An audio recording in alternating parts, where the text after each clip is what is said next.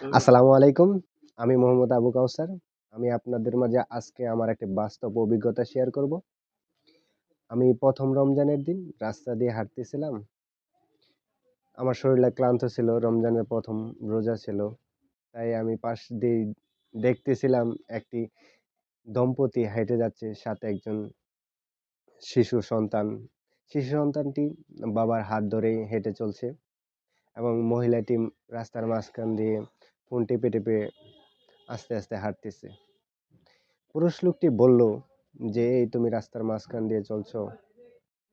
এই মুহূর্তে মহিলা বলতেছে, আমার সাথে তুমি সিনক্রেট করবা না। আমি আমার মতো যাচ্ছি।" একটু পরে আবার বলল যে, "গাড়ি চলতেছে, রাস্তার মাঝখান দিয়ে তুমি চলতেছ, অবশ্যই তো অ্যাক্সিডেন্ট হতে পারো।"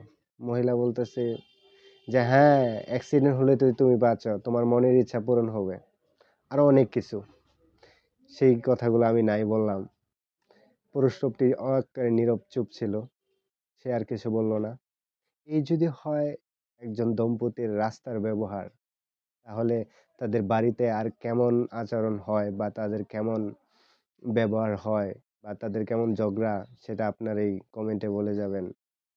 অবশ্যই এই গল্পটি আপনাদের ভালো লাগেছে। যে এই গল্প থেকে আমরা বুঝতে পারলাম যে আমাদের একজনের প্রতি আরেকজনের অবশ্যই স্যাক্রিফাইসের মানসিকতা থাকতে হবে। অবশ্যই একজন আরেকজনকে ছাড় দিতে হবে। না হলে আসলে এক সম্পর্ক টিকিয়ে রাখা সম্ভব নয়।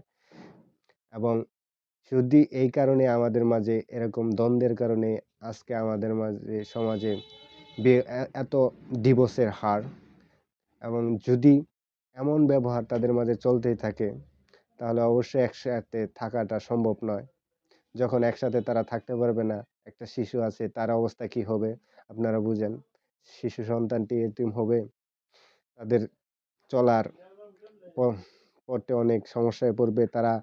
শিশু সন্তানটি অবশ্যই অন্যদিকে, যখন বাপ মা থাকবে না, বাপ মায়ের আদর পাবে না, অবশ্যই তাদের কষ্ট বেদনা বোঝার মতো কেউ থাকবে না।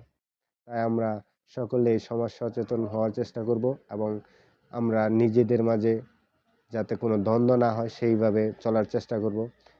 আজকে এ পর্যন্তই। সবাই ভালো থাকবেন, সুস্থ থাকবেন। যদি ভিডিওটা ভালো লাগে শেয়ার দিবেন, লাইক, কমেন্ট, সাবস্ক্রাইব করবেন। ধন্যবাদ।